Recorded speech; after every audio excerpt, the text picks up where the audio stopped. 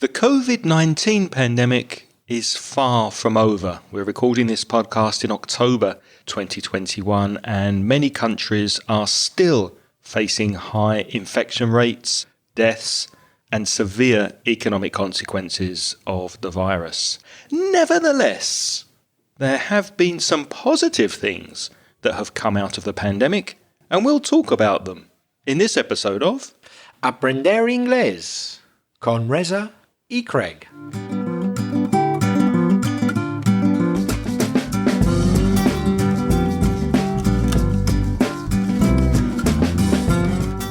Hello, and if you're a new listener, welcome to the podcast, and if you've come back, thank you. My name's Craig. And my name's Reza. And with nearly 50 years of teaching English between us, Reza and I are going to help you improve your English and take it to the next level. How are you, mate? I'm feeling well. Looking forward to podcasting as ever. As Craig said, it's October. Very nice time of the year. Not too warm, not too cold. I love this time of the year in Valencia. How are you? Yeah, I'm doing well. I'm really looking forward to recording this podcast with you. Last week's podcast, if you haven't listened to it yet, episode 387 was maybe a little bit negative about global warming and the state of the planet. So this week, we're feeling in a much more positive frame of mind. And thinking of positive, we've got a lovely email message from our friend Hamza Haji from Ethiopia. Would you like to read it, Reza? Hamza writes, in Ethiopia, there are many things that are going on. But this September, it is time to go back to school.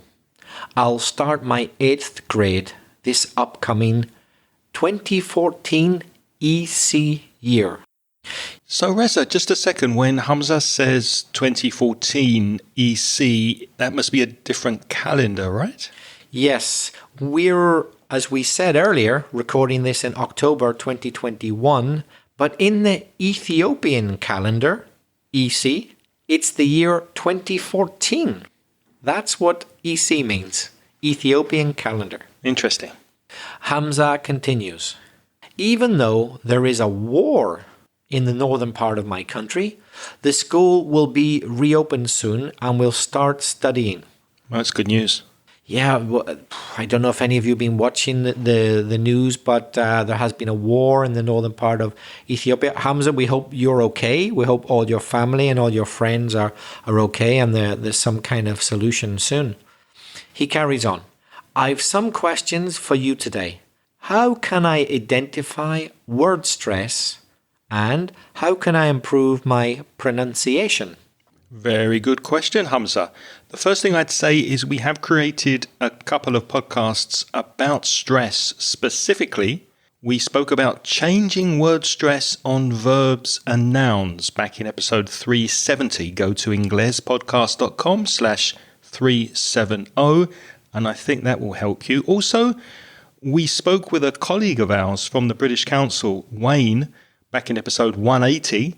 And Wayne is a bit of an expert on stress, word stress and sentence stress. Go to inglespodcast.com/180 and I think those two will help you. But also, Reza, I was thinking if you go to a dictionary online, a dictionary like Cambridge Online or Collins or dictionary.com, you do get sound files that you can listen to the pronunciation of individual words. And in dictionaries you can see a little line, like an accent, or sometimes a little box over the stressed syllable, right? Yeah. And usually there's audio, so you just click the word and you'll hear the pronunciation. Although, Hamza, pay attention to the detail because there may be more than one pronunciation. It's often the case for English words. Sometimes it's a question of American English or British English, but sometimes it's not even that. There's just two ways to pronounce a word and both are accepted as correct. For example, the word often, I pronounce it often. I pronounce the T, but you don't have to pronounce the T. I don't. I say often. You see? There you go. And both are in the dictionary. So pay attention to little details like that, and that can help you.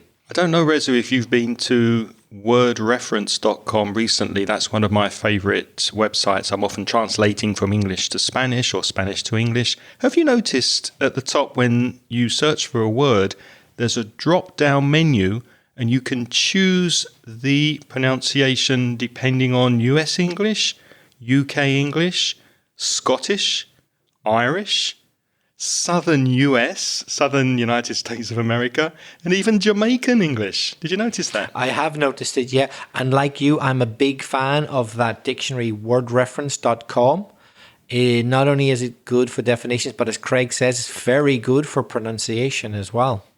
Hamza, I'll also recommend a couple of YouTube channels that I think you'll find interesting for pronunciation. One is Hadar. She's a very good teacher, particularly of pronunciation. There's a link in the show notes. Her YouTube channel is called Accents Way. And also there's a channel I like very much on YouTube called English, MMM English. And she does a very good job there of her pronunciation lessons. And Rachel's English. Rachel is an ex-opera singer who specializes in pronunciation. And those 3 YouTube channels are linked in the show notes to this episode, inglespodcast.com/388. And apart from that, Hamza, just listen to as wide a variety of native speakers as possible. And that will help you because you will hopefully be able to imitate, to copy their pronunciation. So it's not a good idea to always listen to the same source. You should listen to various sources and you'll see that people's pronunciation varies, and hopefully you will see that some things are always the same, but other things vary, and that will help you because you'll be able to reproduce what you hear. And also take every opportunity you have to speak to native speakers. Yeah, speak to them face to face or using internet. Try to copy their pronunciation. So next time, Hamza, maybe send us a voice message and not an email, and then we can help you a little bit to improve your pronunciation. Next, we have a voice message from friend of the show, Juan, from Argentina, who's studying for an English exam.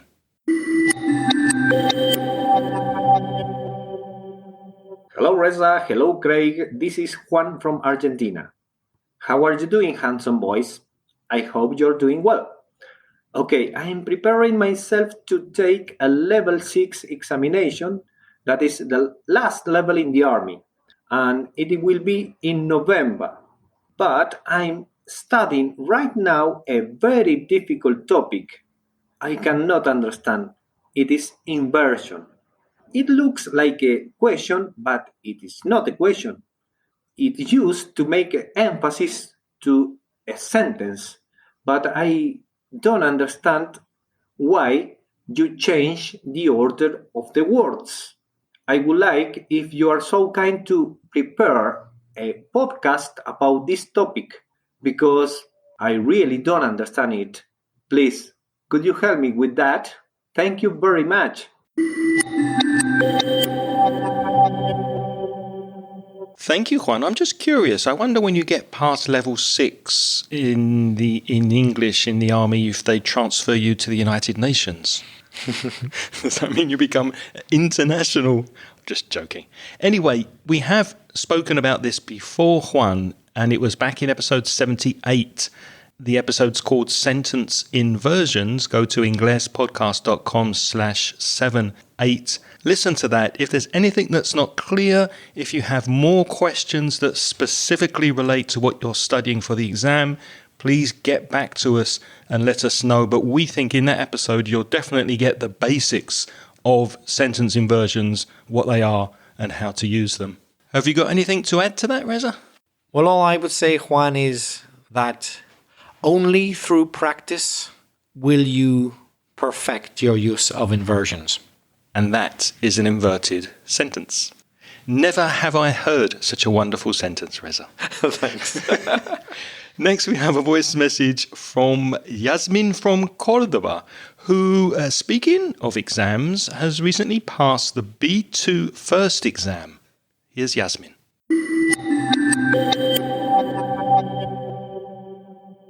Hello, Reza. Hello, Craig. It's Jasmine from Cordoba, Spain. I'm very happy to be here recording this audio. I've been listening to your podcast since the beginning of the pandemic, and it has been really useful for me. On December 2020, I passed the first certificate exam with a score of 174, being the listening and the speaking the best marks. You've helped me to improve a lot my fluency, and that's why I want to thank you with all my heart. Moving to another subject, I want to suggest you a topic. The pandemic has been very long for all of us, but good things have also happened, and even funny things. So an episode talking about this can leave us a good taste after all this bitter time. Again, thank you very much, both of you. Bye.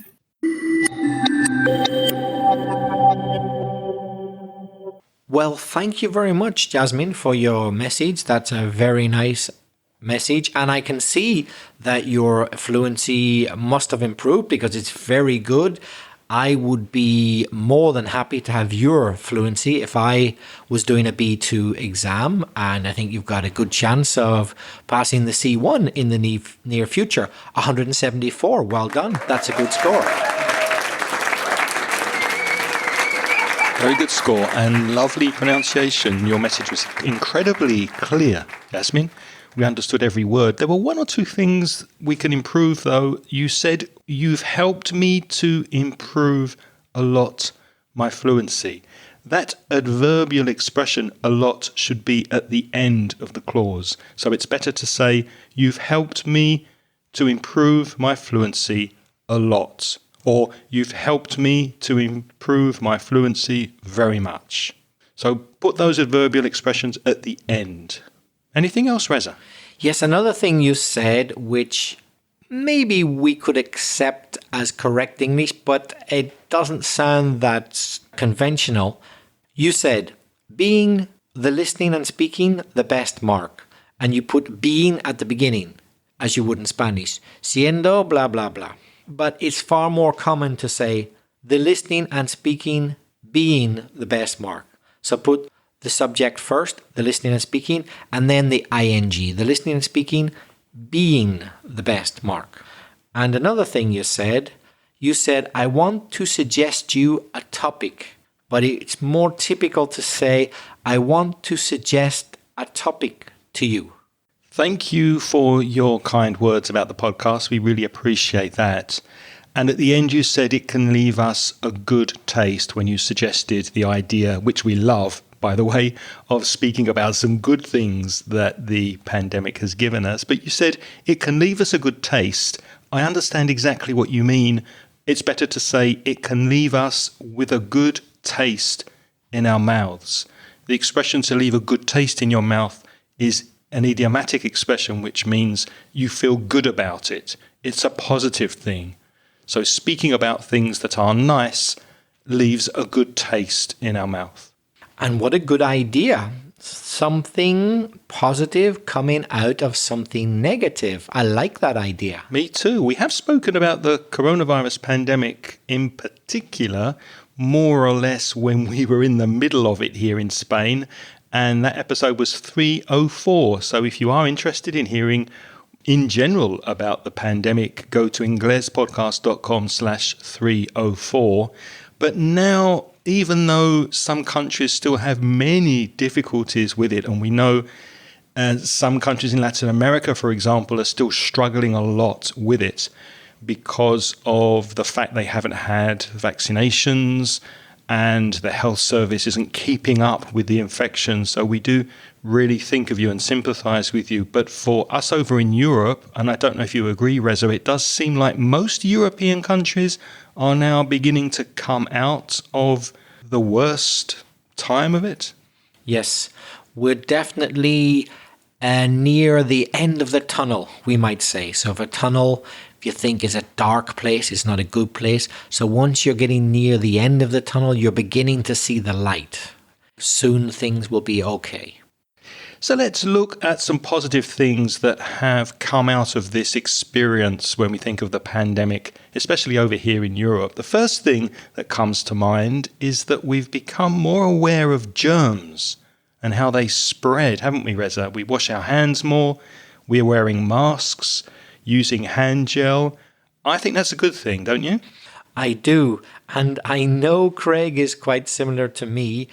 I've always been very keen on, that means enthusiastic about, having clean hands. And I know Craig's the same because we've often met outside.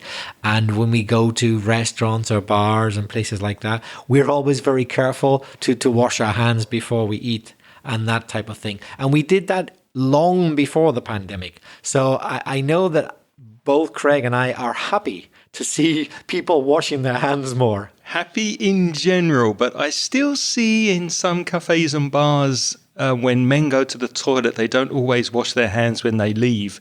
And then they touch the handle and they open the door. And that still leaves me with the dilemma of how to leave the bathroom. If I've washed my hands, do I touch the handle? Can I take a piece of paper to touch the handle with if the man behind me hasn't washed his hands? What do I do to get out of the toilet? I'm still finding myself dealing and struggling with that problem. But generally speaking, there's an improvement. Our second positive or good point to come out of the coronavirus pandemic is that remote, so not face-to-face, not direct, remote health calls have taken pressure off doctors, off GPs. GPs are general practitioners, family doctors, people who see you for general things. So thanks to technology, not very complicated technology, all you need is a phone, but could be a video conference as well. Doctors have been able to treat patients quite effectively, particularly GPs, by using a simple phone call. And that's a great thing. And we are beginning to take advantage of that type of technology. It seems to be working. I've needed to ask for some pills from the doctor by phone and it worked okay. I phoned and got a prescription to get some pills to keep me normal. They seem to be working. And I'm just wondering how GPs listening to this, if you are a family doctor listening, is it better for you now that many patients are phoning? Is that system working for you? My impression as a patient is that it's better. And as Reza said, it's taking pressure off. Not so many people are going in person to see the doctor. You don't have these queues and so many people going. Maybe people who don't necessarily need to go to the doctor are now making phone calls. So I assume it's better, but I'd be very interested to hear from any GPs out there who might not agree with that. And speaking of GPs and doctors in general and health workers, hospital nurses and healthcare workers in general, GPs, consultants, specialists, all the types of people who work in a hospital or a health center, I think they're being appreciated more. In fact, there was a while here in Spain when every day people used to come out at a particular time onto their balconies or a public place and applaud them. Do you remember, Craig? Clap them, yeah, although sadly I don't think they're getting paid anymore. And unfortunately, applauding and clapping doesn't pay the bills. So I think we definitely need to get them more money. I've always said that they're underpaid and many healthcare workers are overworked. And it's really sad to me that the government hasn't increased their salaries. As far as I know, they haven't increased their salaries. Craig, as you know, there's been much less travel. And it's been a bit frustrating for people who have wanted to travel during the pandemic. But can you think of anything positive to come out of that? Less travelling by car, by plane means less carbon emissions. So nature has been flourishing. If something flourishes, it blossoms, it grows, it gets better, it improves. And I can remember here in Spain when the lockdown was very severe and nobody was travelling anywhere, the birds started to become louder. Nature seemed to be more around me. Did you notice that? Yes, for sure. And indeed, there were many news stories about animals which wouldn't normally come into cities, starting to venture in to the edge of cities and towns or to the middle of villages because there was far less activity, so they weren't as frightened. They had the courage to come in to urban areas and see what was going on. Yep, that was another good thing. Number 5 on our list, community and technology. I think we realize they're more important than we had previously thought. When I say community, I mean how much we need to see people, the fact that we're in contact personally on a day-to-day basis with friends and family. When we were prevented from seeing people in person, we really appreciated how important it was to us. And you've written here online community. Is that what you were thinking too, or were you thinking a different thing? Well, I was thinking of the fact that Yasmin said in her message that she got to know us during the pandemic. Right. She didn't listen to us before the pandemic. So she has joined our online community as a result of the pandemic, I presume, or maybe not as a result, but she had a lot more free time to spend indoors because you couldn't go out much for a while during the lockdown. So I guess she's become a member of our online community, partly because of that. So online, internet, virtual communities have helped people a lot. They've given people a lot of company. People have learned things like Jasmine. And partly the pandemic has strengthened that.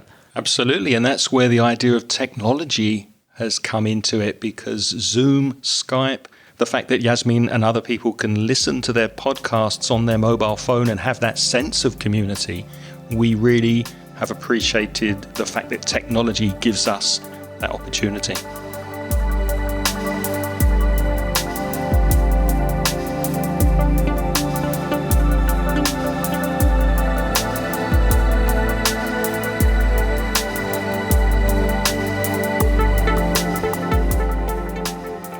Now, the next point sounds bad when I begin.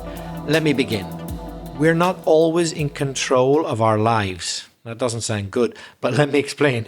When I say we're not always in control of our lives, what I'm saying is the pandemic made us realize that, and it's good to be reminded. It's not necessarily a bad thing. You cannot 100% control everything in your life. There are some things which are beyond your control, and the COVID pandemic has clearly demonstrated that, and it's not a bad thing to bear that in mind. So relax. There are certain things that you just have to be patient with. You can't control, but eventually the good times will come back again.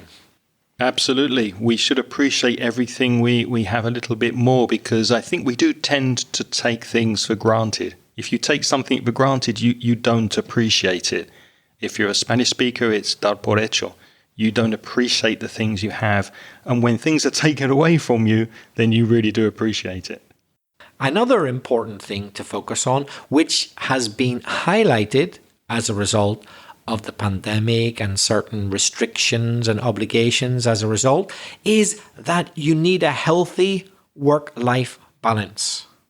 And many people's daily routines changed quite dramatically as a result of the pandemic. Perhaps people spent a lot more time with the families than they normally did. Perhaps they had to work at home. Not necessarily a positive thing for some people. It might. Not for some, that's true. I think that depends on how close you are to your family. Indeed, it could be. But, the fact that you perhaps couldn't go into the office meant that, you had more time for spending with loved ones or maybe hobbies.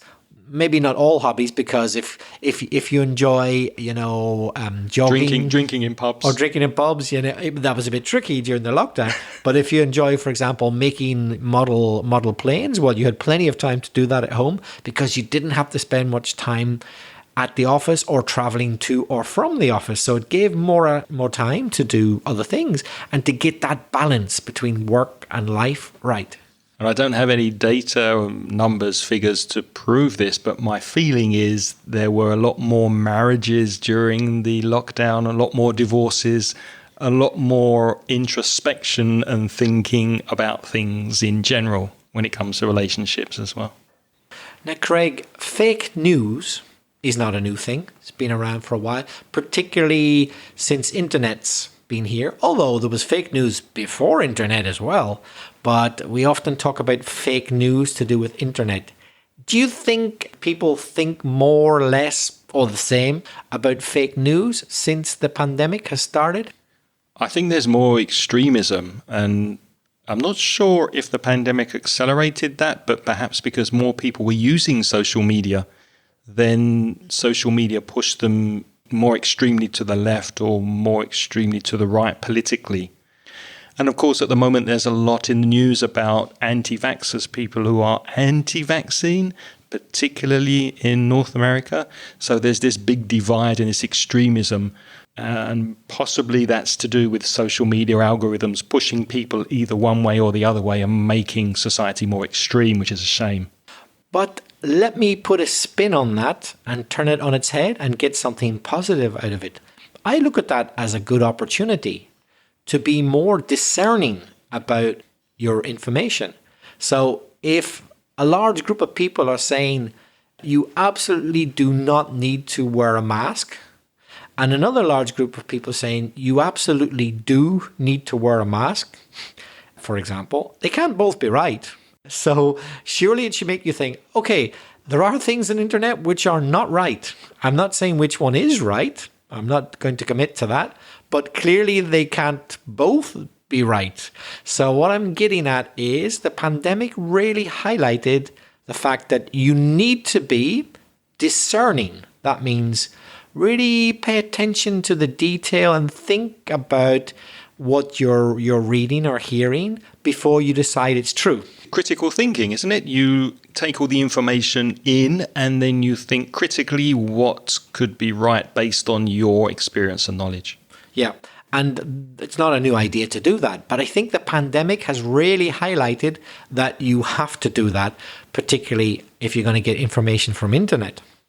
And I think we're more aware because of conspiracy theories that have been on social media that we're not necessarily informed about everything. That maybe we find out too late or we find out or we don't find out at all. We don't discover at all what's actually happening. Do you get that impression as well? Yes. For me, the mysteries around coronavirus, the big blanks, the things we don't know, I see that as a positive thing in a way as regards learning. Because think about it, the globally connected online world today, you think, oh, you can find out anything really quick. Even if a government wants to suppress information, they don't want you to get it, you'll get it somehow eventually, even though you have to go to extremes to get it. But then do you believe it? But then do you believe it? It may be false, that's true. Okay, so I ask you then, listeners, 2 years after the start of the pandemic, which lots of people have been vaccinated against, lots of people have had the virus, etc. So where did it come from and how? You don't know, do you? Neither do I. Lots of theories out there. We don't know after 2 years. Are you trying to tell me that nobody in the entire planet, nobody, not one single person knows or has a very good idea where it came from and how? Or wants to share? I don't believe it. Yeah. Somebody knows. Somebody knows, but that group of people is not going to tell us. Sorry if it sounds like a conspiracy theory. I hope you don't think it is. It's just plain common sense. We know as a fact that it didn't exist before, a couple of years ago. Now it does. It came from somewhere. Somebody knows where it came from. There's information being withheld. And I think coronavirus has really made people see that governments withhold information. They don't tell you everything. Nothing new there, Reza. And our 10th and final good thing to come out of the pandemic is change, accepting, adapting to new situations or new norms, we can say. Now, change isn't easy. It can be difficult, but I personally believe that lots of good things, lots of positive things can come out of change. Change is good. It helps us grow. It presents new opportunities, and it stops us from standing in one place and stagnating. So that for me is a very good thing, especially with the reflection that the pandemic has allowed us. Yes. How do you feel about change, Reza? Do you think change is generally a good thing? Do you like change in your life? I think change can always be a good thing. It isn't always a good thing, but it can always be a good thing. Can means possible. I like to think that the Chinese have got it right. They have a word which I can't pronounce because I don't speak Chinese, but they have a word which is the same for opportunity and point of change or changing point. It's the same word. They're not different words. It's the same word in Chinese. So automatically, if there's a changing point, there's an opportunity. And I think that COVID demonstrates that. Yes, we've had to change. No choice, have to change. But hey, there are opportunities. Don't forget that. I think that's a lovely way to end. But have we forgotten any positive things from the pandemic? If something good has happened to you because of the global lockdown, we'd love to hear about it so that we can spread some good news for a change, and also so that you can practice your English. If you would like to contact us with your thoughts, go to speakpipe.com, speakpipe.com/Ingles podcast. There you can leave us a voice message of 90 seconds or less, and we would love to hear where you're from and what you think about the positive things, only positive please, from the COVID pandemic. Reza, how can people contact us by email? If you'd prefer to write, you can write to me, belfastreza@gmail.com, or Craig at inglespodcast.com. We invite you also to visit the Mansion Inglés online store, where you can find some courses and other materials to help you improve your English. Go to store.mansioningles.net. And thanks, as ever, to all of those who help us through the Patreon scheme. That's Patreon, Patreon. And what they do is those people donate voluntarily as little as $1.20 per month. The 20 cents is to cover the VAT, the value-added tax.